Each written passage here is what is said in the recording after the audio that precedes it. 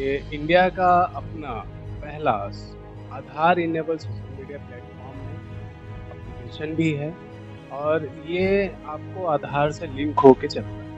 Facebook app में बहुत सारी खामियां हमने देखी जब हम लोग यूज़ कर रहे थे, तो हमने देखा कि लोग एक दूसरे का फेक अकाउंट्स बनाकर और लोगों से पैसे की उड़ाई कर रहे हैं।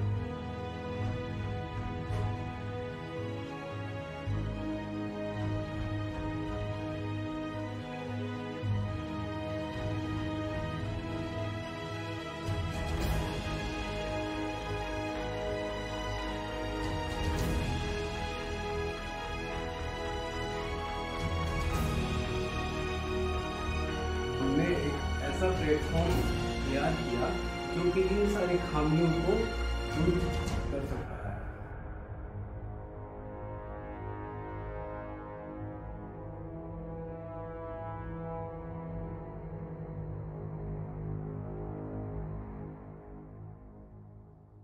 नमस्कार, मैं आशीष कुमार। आज हमारे बीच एक ऐसे युवा मौजूद हैं जिनका दावा है कि इन्होंने फेसबुक का कॉम्पिटिटर ऐप तैयार कर लिया है। जी हाँ, इनका दावा है कि ये पहला इंडिया का ऐसा सोशल मीडिया प्लेटफॉर्म होने वाला है जो पूरी तरह से आधार कार्ड से लिंक होगा और ऐसे में किसी भी प्रकार का थ्रेड, किसी भी प्रकार की उस पे फेक समस्याएं उत्पन्न नहीं होंगी। जैसे कि हम फेसबुक पे देखते हैं या फिर और भी सोशल मीडिया ऐप्स पे देखते हैं कि अकाउंट्स हैक कर दिए जाते हैं और फिर उससे गलत काम किए जाते हैं। तो इनका दावा है कि इनके सोशल मीडिया प्लेटफॉर्म पे ऐसा कुछ भी नहीं होने वाला है। विशेष जानकारी हम लेते हैं कि ये कितना सिमिलर है, कितना कंपेटिटर है फेसबुक का, कैसे इन्होंने बनाया, कैसे ये कार्य करता है। बहुत-बहुत स्वागत है चंदन जी आपका।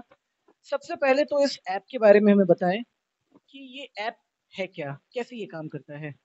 देखिए, ये इंडिया का अपना पहला आधार इनेबल सोशल मीडिया प्लेटफॉर्म है, एप्लीकेशन भी है और ये आपको आधार से लिंक होके चलता है।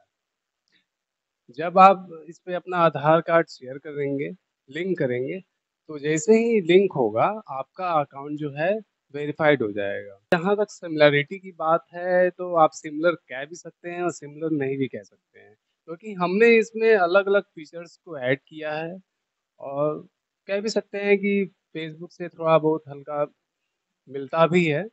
क्योंकि हमने इसका अल्टरनेटिव भी बनाया है। जैसे आप कू ऐप की बात करें, ट्विटर की बात करें, तो कहीं न कहीं कू ऐप और ट्विटर भी सिमिलर, आप इसको स्वदेशी के तौर पे देखें और इसमें बहुत ही ख़ास फीचर्स आपके लिए। फीचर्स का आप ज़िक्र कर सकते हैं क्या कि जो फेसबुक में ना हो और जो बहुत ही बेनिफिशियल हो? देखिए, सबसे बड़ी बात है इसमें हमने अर्निंग का पार्ट इसमें ऐड किया है, जो कि बहुत ही ईज़ी वे में आपको मतलब कि उपलब्ध है। तकरीबन हर एक ऐप में अर्निंग देते ही हैं वो, फिर इसमें क्या ख़ास है? देखिए, दूसरे प्लेटफ़ॉर्म में अर्निंग का एक अपना क्राइटेरिया होता है। एक माइलस्टोन होता है, जब आप उस माइलस्टोन तक आप क्रॉस करते हैं, तब उसके बाद आपकी अर्निंग शुरू होती है। लेकिन हमारे प्लेटफ़ॉर्म में क्या है कि जैसे ही आपने साइन अप किया, लॉगिन किया, अकाउंट केवाईसी कराई, वेरिफाइड हो गया, देन उसके बाद से जब आप एक्टिविटीज़ करने लगोगे, तो आपके पर डे से ही आपकी अर्निंग कॉइन्स के रूप में शुरू हो जाएगी।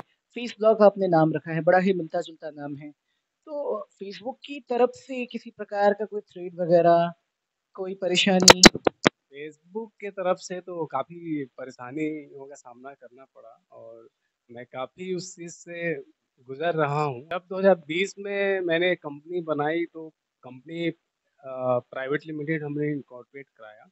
उसके बाद से हमने जो हमारा नेम है फेस ब्लॉग, हमने उसको ट्रेडमार्क के लिए अप्लाई किया। तो ट्रेडमार्क अप्लाई करते ही हमारा जो एप्लीकेशन था वो अप्रूव्ड हो गया था। वो एक्सेप्टेड हुआ, एडवर्टाइज़ हुआ और ट्रेडमार्क जर्नल में पब्लिश हो गया। तो ट्रेडमार्क जर्नल में पब्लिश होने के 4 महीने के अंदर फेसबुक, जो अभी मेटा कंपनी है, उन्होंने क्या किया कि अपोज़ कर दिया। तो काउंटर स्टेटमेंट फाइल हुआ, बहुत सारा आर्गुमेंट्स उसमें ड्राफ्टिंग की गई। तो अभी भी वो मामला मतलब कि ट्रेडमार्क रजिस्ट्री कोलकाता में फँसा हुआ है और उनके तरफ से फँसाया गया। उनके जो अटॉर्नी हैं वो एनालॉग ग्रुप हैं और उन्होंने ट्रेडमार्क को अपोज़ किया। अब बार-बार मतलब कि मुझे थ्रेड्स मेल पे मुझे भेजा कि आप अपनी कंपनी बंद कर दीजिए। आप अपने ट्रेडमार्क को वापस ले लीजिए। कहाँ-कहाँ रजिस्टर्ड आपने अभी तक इन सभी चीज़ों को कराया है? अभी हमारा क्या है कि एमसीए में रजिस्टर्ड है। उसके बाद से हमने उद्यम रजिस्ट्रेशन इसका कराया हुआ है और अभी आपने सुना कि हमने ट्रेडमार्क भी इसका अप्लाई किया हुआ है, जो कि ट्रेडमार्क रजिस्ट्री में चल रहा है और 2-3 साल से हम इसको यूज़ कर रहे हैं। फेसबुक से इसकी कंपैरिज़न की जाए, फेसबुक से इसकी तुलना की जाए, तो ये कितना ज़्यादा ख़ास है और लोग फेसबुक छोड़कर क्यों इस फेस ब्लॉग को यूज़ करना चाहेंगे भविष्य में? इसके फीचर्स की बात मैं करूँ तो इसमें आपको सिंपल और यूज़र फ्रेंडली है और हाईली सिक्योर लॉगिन है। जैसे मैंने बताया कि आप आधार से इसको आप लॉगिन कर सकते हैं, तो हाईली सिक्योर्ड हुआ। उसके बाद से इसमें आपको मैसेजिंग प्लेटफ़ॉर्म है कनिंजर के रूप में।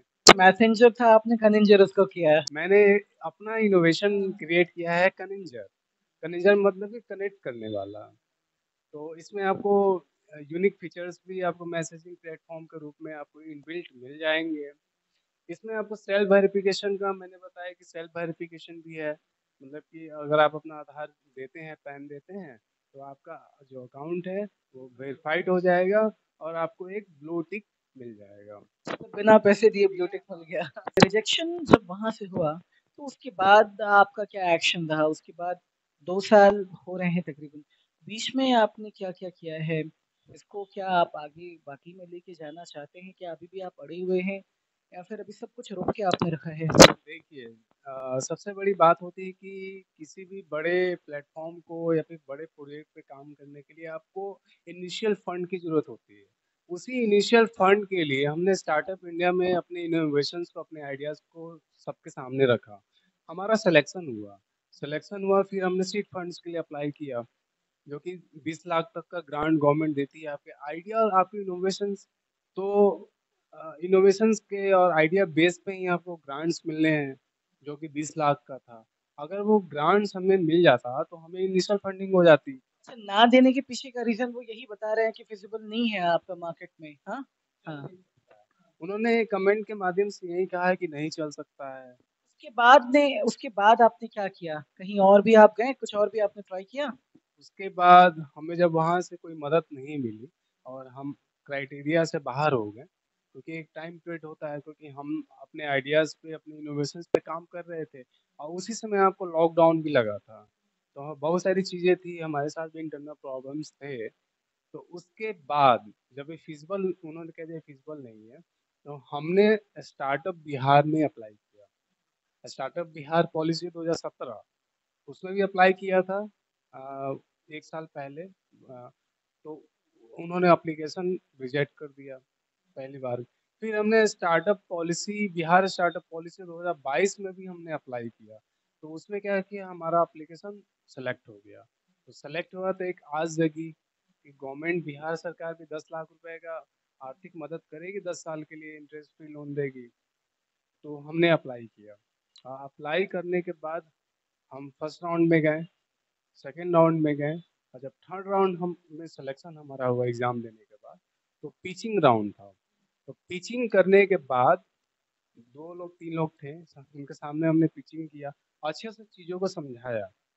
चीज़ों को समझाने के बाद में हमें मेल आता है कि ये आपका जो प्रोजेक्ट है वो फिजिबल नहीं है और आगे नहीं चल पाएगा। कितना परसेंट काम हो चुका है आपका और अब कितना काम बाकी रह गया है? और अगर बाकी रहा भी है तो क्या वो ब्लूप्रिंट तैयार है आपके पास कि पैसा आते ही आप उसको तुरंत लॉन्च कर दें? अभी 20-30% इस पे काम हो चुका है। फाइनेंशियल क्राइसिस की वजह से अभी आपने रोक दिया है। अगर वो क्राइसिस दूर हो जाता है तो कितने समय में ये पूरा हो जाएगा? अगर फाइनेंशियल हम लोग स्ट्रॉन्ग अगर हो जाते हैं और हमें फंडिंग मिल जाती है, तो विदिन 1 ईयर 1 साल के अंदर हम लोग इस प्लेटफ़ॉर्म को मार्केट में सभी के लिए लॉन्च कर दें। सफलता के कितने चांसेस हैं इसके? तुलनात्मक तरीके से आप बताइएगा चूँकि ऑलरेडी सामने वेल पड़ा है और उससे अपना टक्कर है। तो तुलनात्मक तरीके से बताइए कि कितने चांसेस हैं और फेल्योर के कितने चांसेस हैं? देखिए, बात अगर सफलता की करें तो कहीं न कहीं मुझे ऐसी उम्मीद लग रही है कि अगर ये प्लेटफ़ॉर्म लॉन्च हो गया, तो कहीं न कहीं ये फ़ेसबुक को टक्कर देगा और लोग हमारे प्लेटफ़ॉर्म को यूज़ करेंगे, जुड़ेंगे और लोग ही इसको सफल बनाएँ। ऑलरेडी आप ट्रेडमार्क को लेकर अभी कटघरे में खड़े हैं, तो उम्मीद यही है कि बहुत जल्द इन सभी समस्याओं से आपको निजात मिले और फिर भारत का अपना स्वदेशी जो सोशल मीडिया प्लेटफ़ॉर्म है, वो सामने आए और बड़े पैमाने पे लोग उसको यूज़ करना शुरू करें। बहुत-बहुत धन्यवाद चंदन जी हमसे जुड़ने के लिए। न्यूज़ 18 बेतिया से आशीष कुमार की रिपोर्ट।